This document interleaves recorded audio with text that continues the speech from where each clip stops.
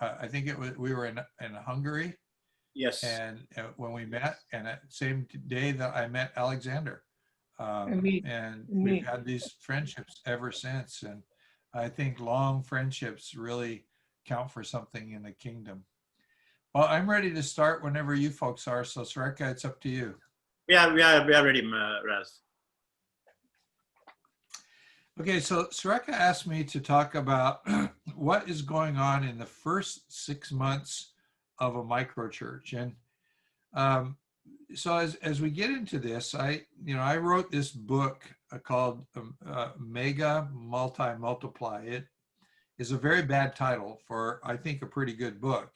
It should be called Mega Multi Micro, because here's what it talks about. In America, uh, going back to when I started a church, what they would have called a mega church in those days was a church of 1,000 people.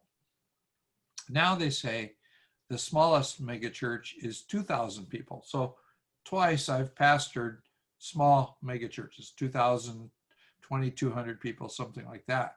But the mega churches got really huge in America.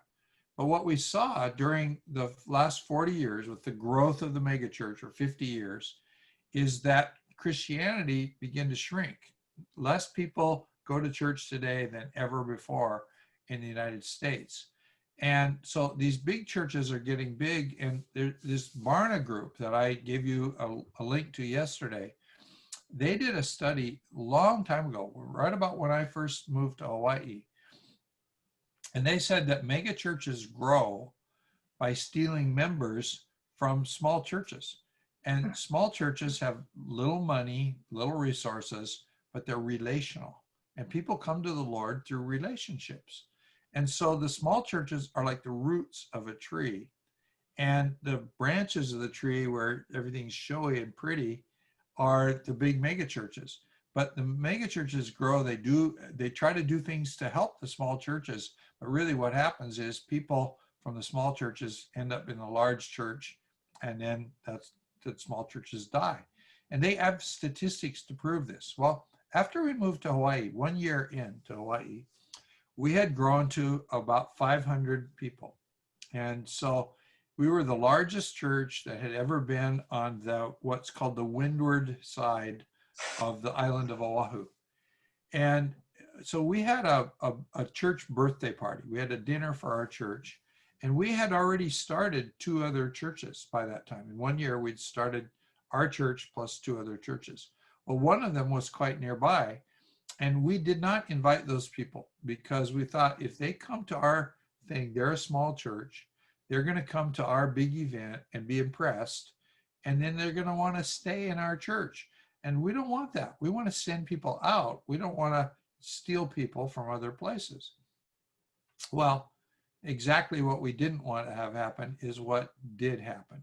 And that is that 2 of the church council members from this church that we had started 6 miles from our own church decided that they liked our church better. And so they joined us. And we actually talked to them and said, you shouldn't do this, that this is working.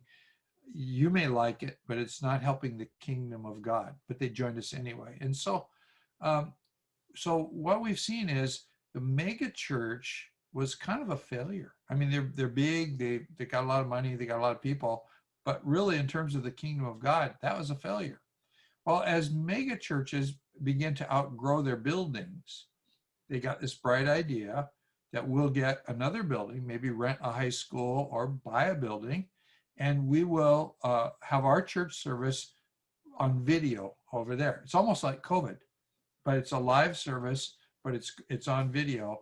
And so people go to a movie theater, or they go to a public school, they go someplace and they watch church on TV. The interesting thing is you could always watch church on TV because a lot of churches do TV in America, but this thing took off. And so some of these mega churches now are multi-site, is what they call it. We meet in different locations, different sites. We are multi-site churches. So my book, Mega Multi. But here's the deal. Multi-site was just another way of addition instead of multiplication. We can handle more people now. And again, you still have the same problems. Now there's another problem. a lot of these megachurch pastors that went to multi-site are at the retirement age. And so it takes a very unique person to build something like that. It's very hard to replace them. And so all across America, the mega churches that have the multi-sites are beginning to try to turn those sites into their own churches. Now, quite often the leadership that they put in place, because they got the strong guy who's on video every week, the leadership that was pastoring the people is more of a shepherd and less of a Bible teacher or less of a preacher.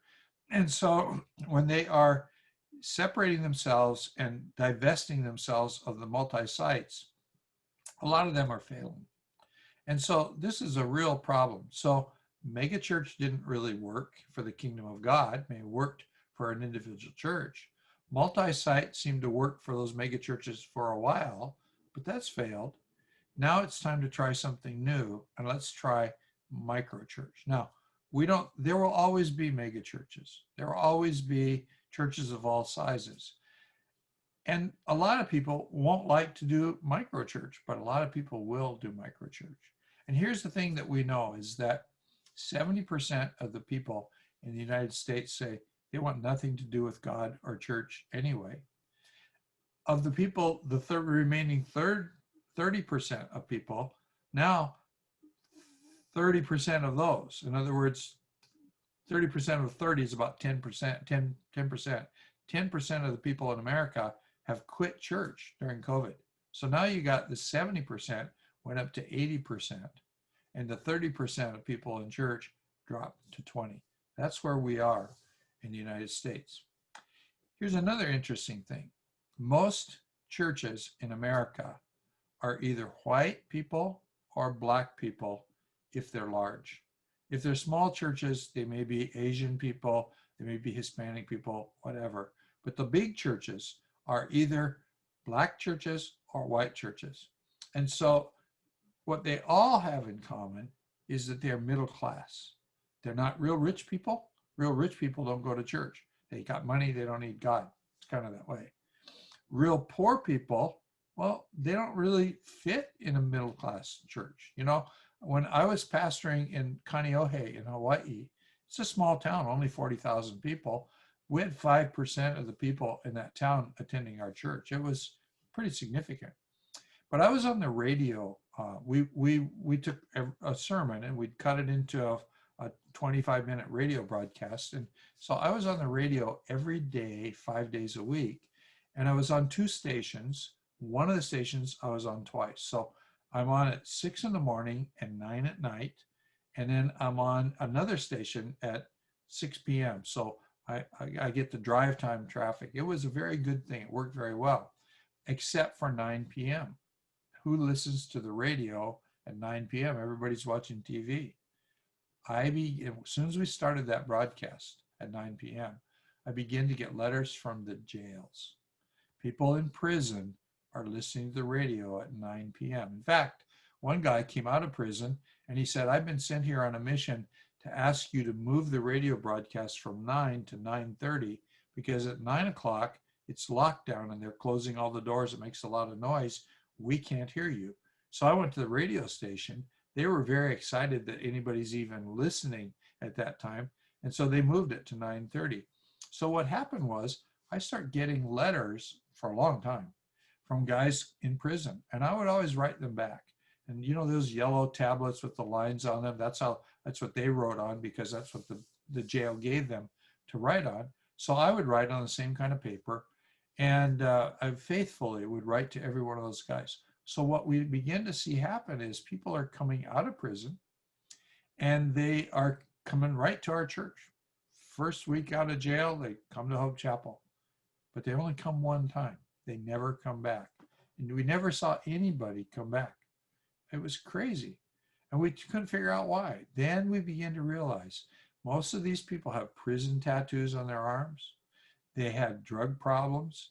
When you're in prison in America and you get out of jail, it's very hard to get a job. So they're very poor. They live on welfare. They don't fit with our middle class church. And then a friend of mine named Randall Ishida comes along, And he listens to me talking about microchurch. He starts a church, a very small church, like 6 or 8 people, for people coming out of prison. This is church just for you. And we begin to realize something very important. There are all kinds of little pockets of people in the UK, in Russia, in the United States, in California, in Hawaii. There are people in California who are they surf. They surf in the ocean. They're surfers. We have surfer churches, but they're usually middle class. There are skateboard churches. Those are usually poorer people. There are churches now that actually are reaching out to homosexual people only.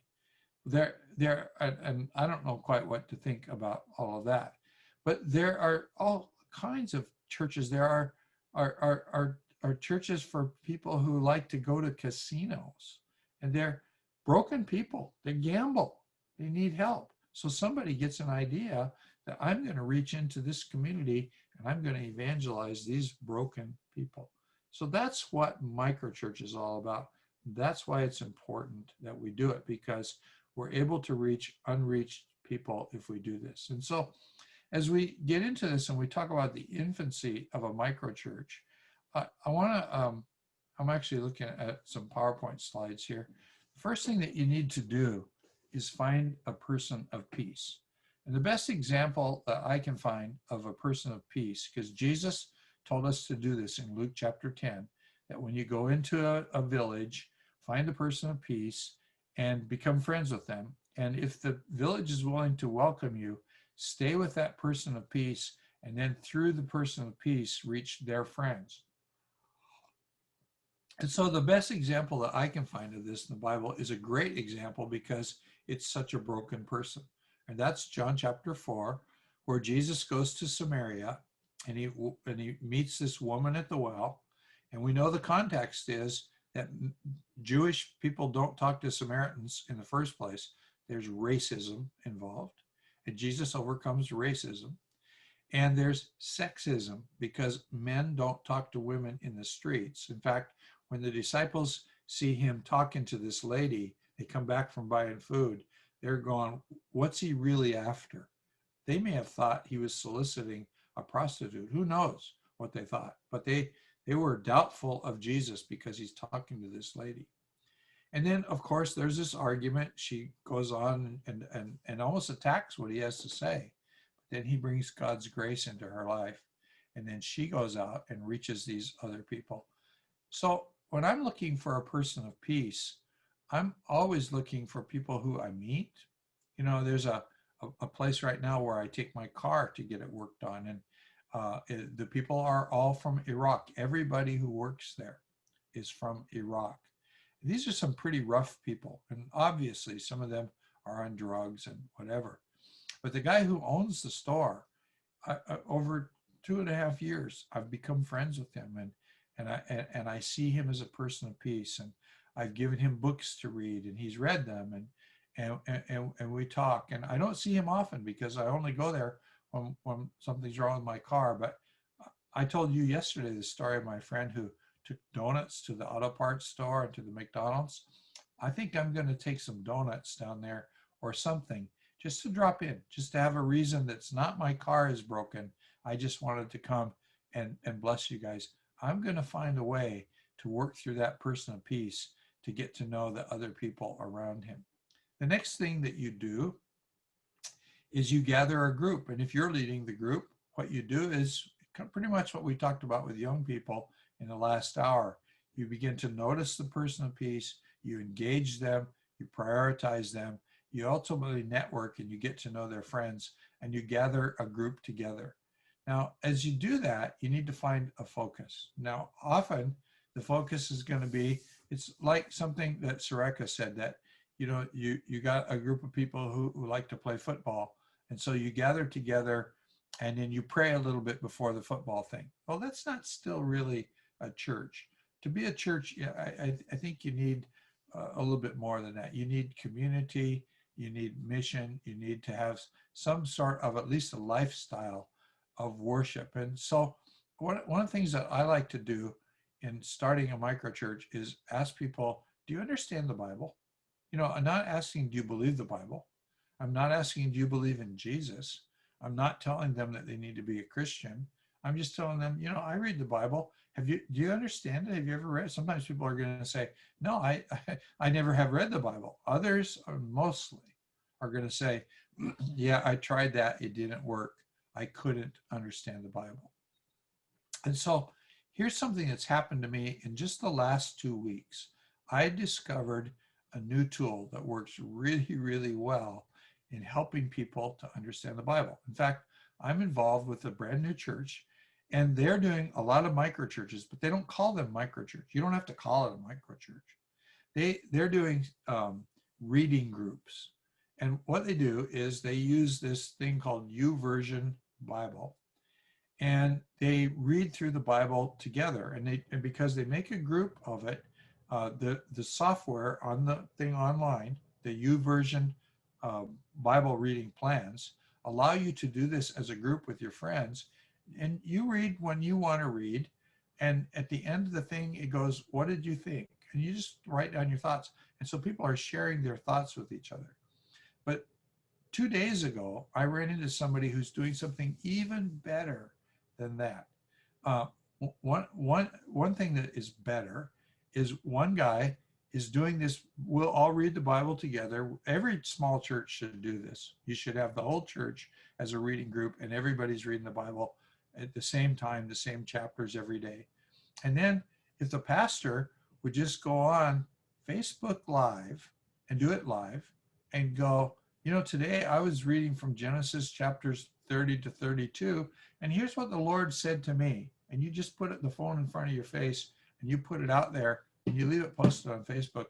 You'll find a lot of interest, and you'll find people who aren't involved in your church see that thing and they begin to follow you, and you have an opportunity now to follow up on them if you got a young person in your church that understands social media. But here's the thing that I discovered, and I put it in the chat so that you can find it, the link there. The link is https://mybible.com search plans Bible project. And what I found is this group called Bible Project have made short videos, no longer than 5 minutes. And they have Old Testament videos, they have all different kinds, but they will give you, read these chapters of the New Testament, and then there's a 5-minute funny video. They're humorous, they're delightful to watch, that kind of explains what the chapters are saying, and then what the context is behind the thing. It is wonderful. And so I met this man who I never knew before. He owns a company. And see, one of the things I told you is real rich people don't tend to come to church in America. This guy's really rich, and he's got a bunch of really rich friends. And he did exactly what I just told you I learned from him. He asked his friends, you know, do you understand the Bible? No, I never read the Bible. Why, you know, why would I? And then he follows up on, would you like to understand the Bible? Well, I don't know. Well, I found this thing, and I've kind of formed this little group, and we're just kind of reading through the Bible together, but it's got these really cool videos that explain what we're reading. Would you be interested in that? And so he's put together a group. They don't know it. It's a microchurch. He doesn't call it a microchurch, but he's pastoring those people, and it will grow from there. As those people begin to grow in the Lord, then he has plans to make it further into a microchurch. Please go on that internet and look at that link, and at least get the people in your church reading together with you and watching that little video, and then you go on every day on Facebook, 5 days a week at least, and make a little 2 or 3 minute thing. This is what I got this morning. Your church will grow. It'll grow in numbers as well as grow spiritually. But then the main thing that you got to do, this is the core, nothing works if you don't do this, is you need to begin to notice who are the natural leaders in the group. You know, who talks a lot. I mean, in this morning, who are the people who are brave enough to ask questions?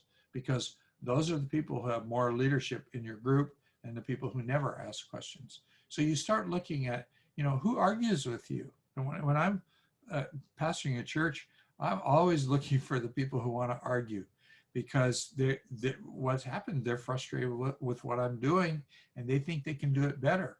And sometimes, honestly, they're belligerent people and I don't like them very well. And my relationship with them has to be, you know what? Stop acting like a child here, grow up, and let's see if we can sit down and figure out how to do things together. And some of those guys have gone on to be some of our best pastors because I saw leadership in them where other people just saw rebellion. So you want to look for these leaders. I talked to you yesterday about my friend Myron Pierce. How do you start a church? You live in the middle of America, almost dead center on a map of the United States is Omaha, Nebraska. And you're going to go to Kampala, Uganda.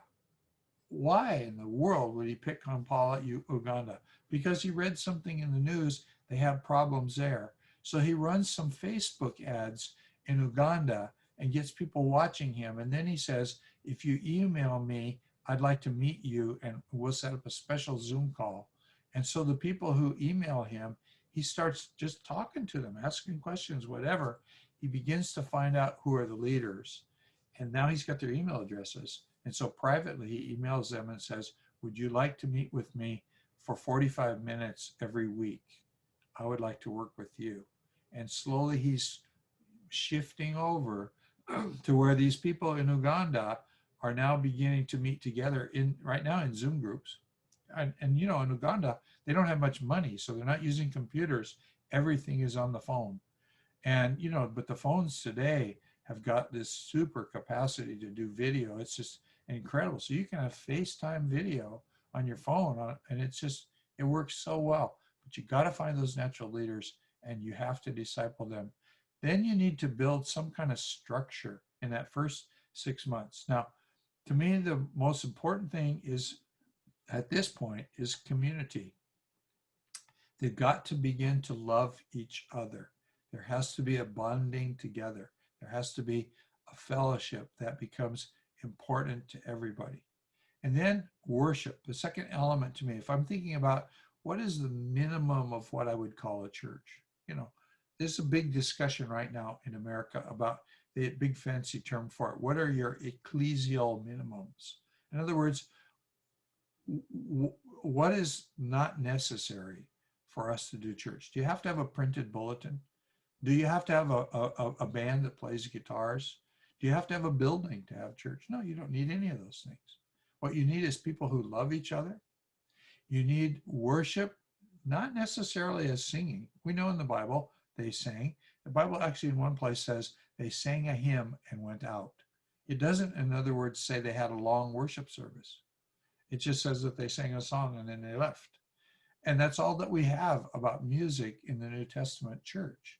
And so when I see worship, I'm thinking of Romans chapter 12, 1 and 2, where it says, present your bodies to the Lord as a living sacrifice, which is your spiritual service of worship. And then it says, be transformed by the renewing of your mind. So you don't think like the world, you begin to think like the Lord. And so worship to me is that I live a life of surrender to the Lord. I present myself to him every day. And so a church isn't a church. In other words, a softball team can be a micro church, but it's not a micro church unless it has these three things, that there's community. In other words, after we play softball or after we play football, we all go to a pub someplace and we hang out because we love each other. Worship as a lifestyle. We don't get drunk in the pub. We surrender our life to Jesus. We surrender our money to Jesus. We surrender our time to Jesus. Everything belongs to Jesus.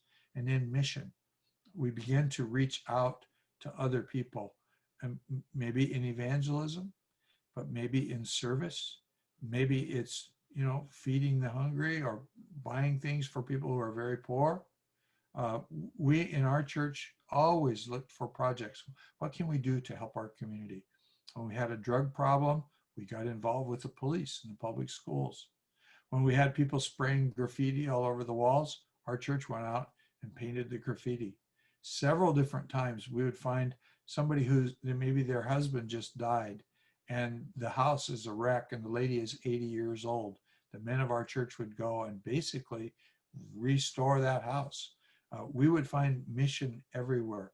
We, of course, found mission by getting involved in people from other countries and churches in other countries doing what we could. And so I think in those first 6 months, it's crucial that that you find that person of peace, that you begin to build a relationship with a person of peace, that you network out into their friends, much like happened in Samaria, and then that you start to build into whatever vehicle you've used. Because, you know, we have actually churches that are with guys that are like to ride motorcycles, of all things.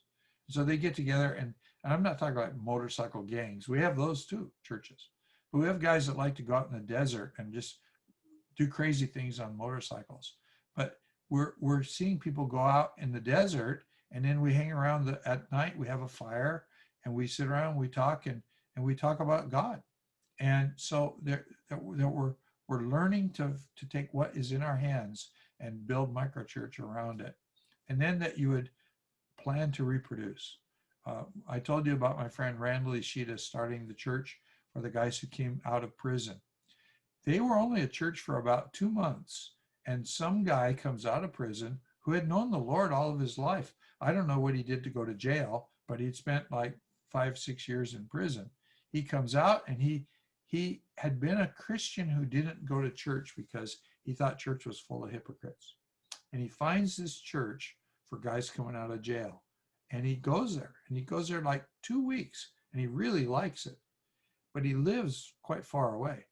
And so he asked Randy, could I have permission from you to go start one of these in the town where I live, 30 miles away? And so Randy gave him permission and coached him, and they got a second microchurch up for people coming out of prison. I still don't know that guy's name. I know Randy, and I trust Randy, and so I trust that guy whose name I don't know.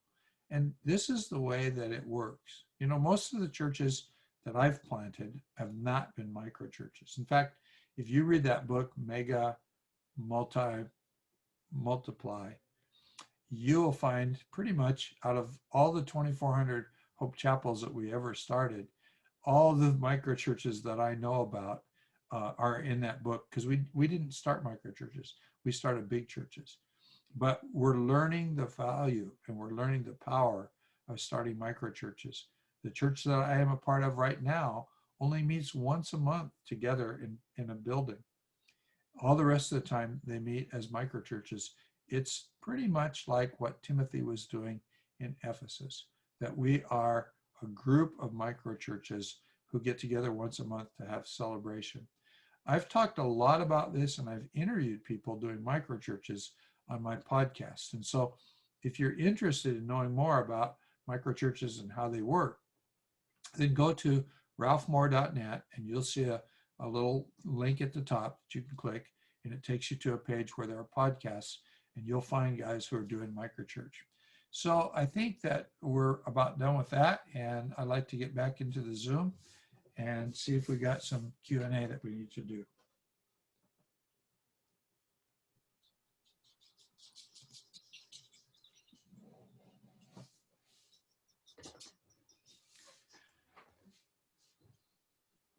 Can I ask a question? Yes, Hi, sir. Ralph. Oh, hi, Ralph. Hi, Ann. Hi there.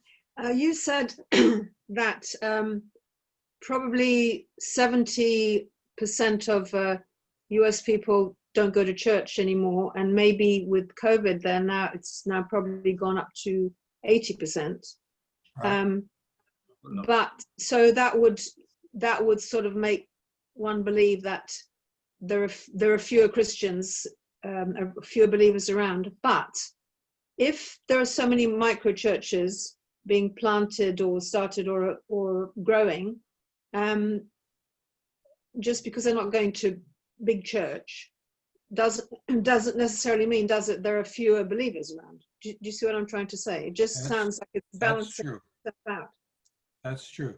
And microchurch is so new for us as a movement that there is no way of measuring that yet. And so yeah. I still think, so here would be my guess. if 10, if you know, another 10% don't go to church than before, probably 1% of those are in micro churches. We just don't know. Yeah. And we won't know for a little while. We may never know. You know, in China, nobody knew for sure how many people, because the underground church in China, although some of those churches, they all started as micro churches because of the persecution. They all had to meet in very, very small groups. But some of those churches have now 4,000 or 5,000 people in them. They've grown beyond a micro church. So that's a very good observation. Thank you. Thank you.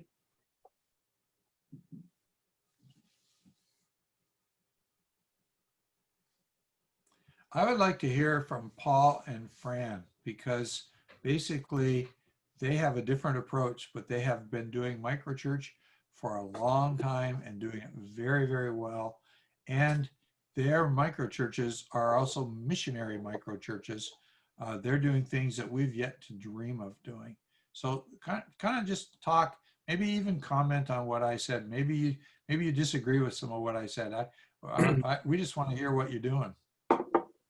Oh, thank you. Yeah. I've been really challenged from last night when you said make disciples who make disciples, because I feel like we've majored on making disciples, but we've not been so good at making disciples who make disciples.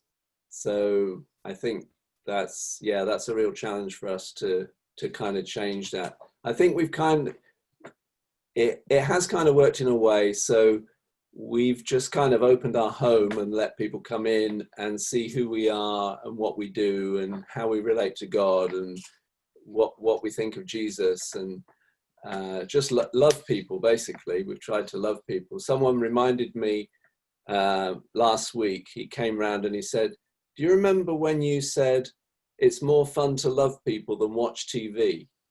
And I thought, did I say that? that's a real fun thing to say.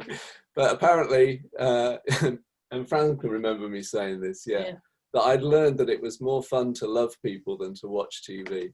So that's been the heart of what we do. And we do hear of stories of some of the people who have been through our home and gone back to their own countries, and we've inspired them to do this or do that, or to start something, just even if it's invite people around to their house for coffee and start like with a coffee morning or something like that.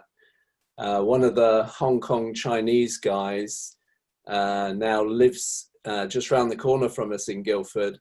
And the first thing he did when he moved into his new house was to buy a bigger dining table so that he could have more people around for dinner. That is really good. Yeah. So are you still in Guildford, or did you move to the north? Well, I know if you look behind us, it looks like the window looks out onto the Yorkshire moors, but actually that's a painting. So unfortunately, we're still in Guildford, and we didn't manage to move north yet. So we're still working with this group of Hong Kong Chinese. We've now got 6 of them coming every 2 weeks for a Bible study. And Nandita is joining us, just joined the group, and she's in Sweden. But she used to come to our group when she was in Guildford, but now she's joining us on Zoom. Again, your story is one that I like to tell to people wherever I travel in the world, because here you are reaching halfway around the globe in your house with all of your refrigerators and Fran's wonderful cooking. And I just think that is the best thing. Great example of what we should be doing. What we call church is very different than what it looked like in the New Testament. What you guys do at your house looks to me a lot more like what I think they did in the New Testament. This is very good. Ralph, I want to ask you something. You said right at the beginning you think there were it's estimated there were 220 microchurches in Ephesus. I want to know how you know that. I read it in a history book someplace. And I've read it several different times, and the numbers range from about 210 to 220. You know, I got to go to Ephesus a few years ago, and they say apparently Ephesus was quite a huge city, over 100,000 people, and they've only excavated about 10% of it. But it's what they've done. The buildings are very intact, and so they can identify different places. And so I just read it from some church history book, but that's all I got. And you know, the honest truth is, I doubt anyone can really know. You know, I think people who really know church history, one of the things that I don't know in church history is the writings of the early church fathers. And sometimes there are clues, there are things that they said that are little historical bits. And honestly, that's just not been something that was ever I wanted to read about. I like to read history, but that for some reason has been boring to me. In the early church fathers, there were too many theological arguments, and I don't like to read theological arguments. Yeah, I wasn't challenging your numbers. I just wondered where you'd found the information, because I think it's interesting. It's almost like going full circle. Yeah.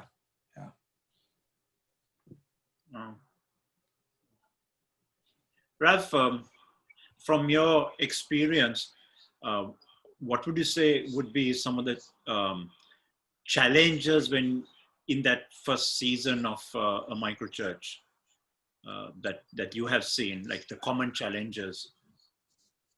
The biggest challenge to me is apathy. People who seem to be interested and then they just drop out of sight. I've watched this happen in the last 2 weeks here in America, where somebody got all excited they were going to work with this person, and then they never heard from the person again. And the challenge is that it discourages the leader. And so the most important thing I think for a leader at that point is persistence. That I'm not going to give up. You know, God called me to do this. I'm going to keep doing this, even if it's only with one other person. So yeah, I met a girl in Japan who she wanted to start a micro church, and she came to me and said, you know, how many people does it take to start a micro church? I said 2, and she said, no, you're wrong. It only takes 1. I would go sit at McDonald's every Tuesday night at the same time with my Bible, and I would have church by myself, and I would pray, God, please send a new member to my church. And one day some non-Christian girl saw my Bible and asked me, is that a Bible? Why do you read that? And so she had begun to talk with her, talk about the Bible, and that girl had become a Christian. And now they were praying for a friend of that girl to join them. So, you know, that young girl was persistent enough to go there every week when there was nobody else even there. And then when there's only 2 of them, she's still going. And a lot of people I know in America would say, well, there's only one other person. It's not worth it. I'm quitting. But it's the I'm quitting thing that becomes the enemy. I saw Renato had raised his hand a minute ago. But you're muted. Yes, I just unmuted myself. You know, this is the first time I'm joining this conversation about microchurches, and I find it very, very interesting, but also it's building up a passion within me. You know, my wife and I, we have a group of 15 people, right? We don't meet for religious meetings or for Bible readings. We meet for health issues, right? Everybody who is part of this group has health issues, and we found that to keep healthy, we have to walk. So I'm a walking leader. I'm an official walking leader. here in my Uh-huh. hometown, we have a beautiful, we live by a beautiful lake. So we have like a 5 miles lake, along the lake walk and things like that. And so we walk up and down the lake for about 2 hours every week. Every Tuesday evening from 6 to 8, we walk with a group of people along the lake.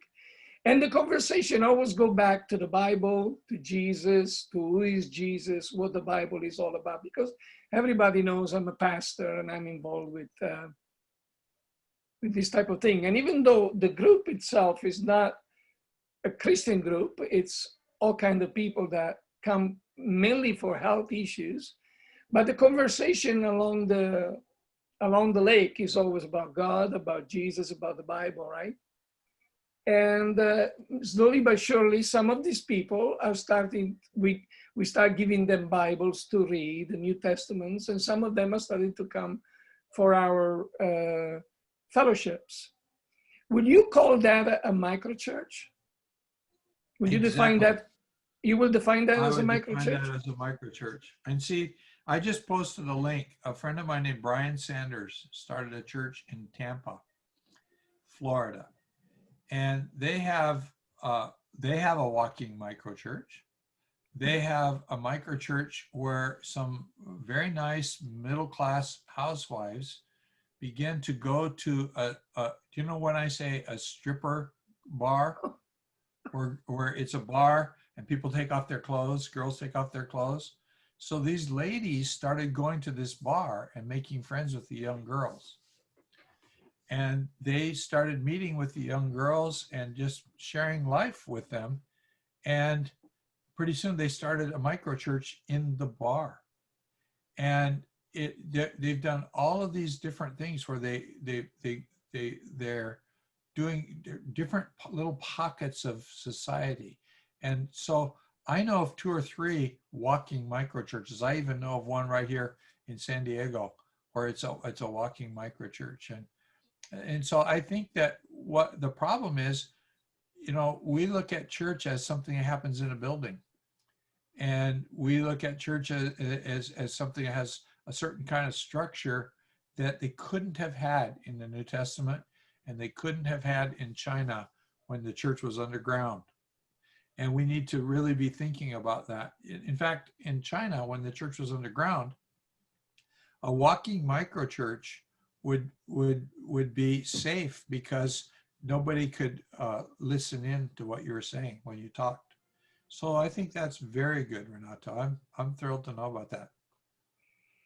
You know, also what I found that it was very strategic. This was the Holy Spirit engineering all of this, you know, because we live in a very, let's say, self-sufficient economically. We live in a very, I mean, there are no poor around it. You know, you look around for miles here, there is no poor people.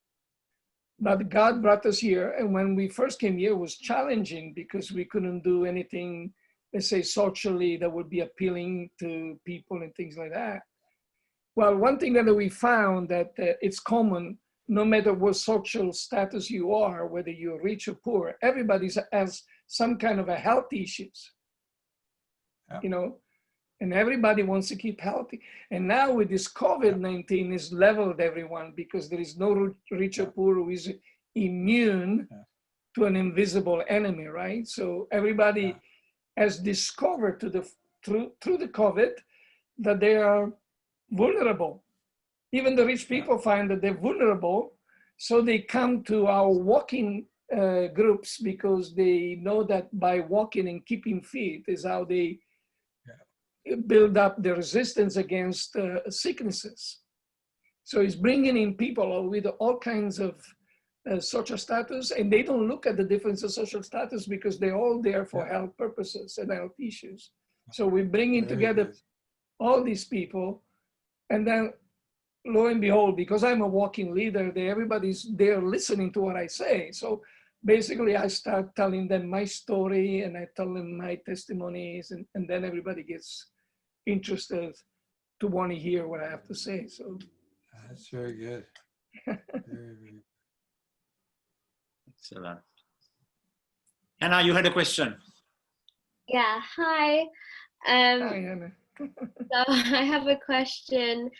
You said that microchurch needs community worship and mission, and I was just going to ask, how do you go about impacting the wider community if you start with a group of non-believers in that 6 months? Do you just wait for them to like read it in the Bible and have that conviction, or do you start to ask them, okay, let's go out and help this community in this way? And then my second question is, how do you go about implementing worship with non-believers, even if it doesn't look like, you know, singing songs, but living your life as a holy sacrifice? How do you do that with those who don't believe? I think that you really don't get to worship until they do believe. So it takes a while. So we have to be patient. I think it's easier with non-believers, particularly, to go, well, let's go help these poor people, or let's go help. They're down at the community park this week. They're going to be painting the play equipment for children. Why don't we do that as a group of people? So you begin to find mission that way. And then as people come to know the Lord, then you start and you're looking, you know, I really think that thing I gave you, that Bible app thing, is very powerful. People will, the Holy Spirit will lead them, and they will discover things about God, and then come to you with it. That's the power of that thing. You don't have to be you don't have to preach at people. They will come preaching at you. One of the things, if I'm starting a micro church, I wrote a book about this, which I never published, and I'm going to go change it now because of what I heard 2 days ago. Before it was going to be, well, let's just read this scripture and then you come tell me what you think God might be saying through it. So that would be the sermon. I won't preach. The people will preach, even if they're not Christians. But now if I have this video thing where they can watch it and it's funny and they enjoy it, some of it's cartoons even, then it's much easier for me to, my role as a pastor changes. I'm not a preacher. I'm just somebody who's asking what is God saying to you, and what would you do differently because of it. And so it becomes pretty simple. And then most of this, I think, Hannah, you kind of just have to trust the Lord in you, that the Holy Spirit is speaking to you, and that the things that you think are probably the right next thing to do are probably the right next thing to do. And that you don't have to look to somebody like me for the formula. You look into the relationship you have with your friends and just let the Lord lead you, because I think it's just wonderful that you're doing. How old are you? I'm 20. 20, that's great. So most of your friends, are they students? Yeah, we're all students. Yeah. That's very exciting. I hope everybody that's watching this is paying attention to Hannah, because she's doing something that could be done in your church. If you would start to look for the Hannahs in your church. See, sometimes the person of peace isn't the non-Christian. It's the person who's in our church who has the non-Christian friends. And what we need to do is become friends with that one person of peace in our church, and then we go from there. Yeah. She's one of the students who have been going through the training with me. All right. Yeah, there are a couple of them. Please. I was going to say, please, there's a link I just put up, and for some reason it's not really showing as a link, but there's a link to my friend Brian Sanders doing this church called the Tampa Underground.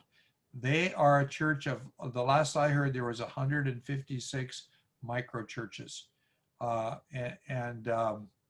they started out was he worked with a group, I think called Young Life or something like that, as a student minister, and became frustrated with the church as he saw it, that it's too commercial, it's too big, it doesn't care about poor people. And so he and a group of his core leaders moved to the Philippines, to Manila, and they lived for 5 months among some very, very poor Christians. And they asked the leaders there, would you teach us rich Americans how to reach poor people? And so they just sat and learned from these very, very poor people in the Philippines. And then they came back and they began to do what they learned from the Philippines. And what they did was they started all of these micro churches. And they don't ever have a meeting where all the micro churches get together. They'll have a meeting where the leaders of the micro churches all come together and have a little private worship service. But everything is run as a series of micro churches. And so I think that that book would really inspire you and give you some note ideas. Don't try to copy what they're doing, but try to learn from what they're doing. Huge difference between copying and learning. Thank you.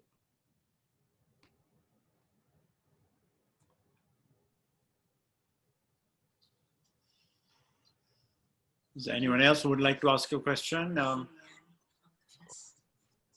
ahead, Atanda. No, I'm okay now.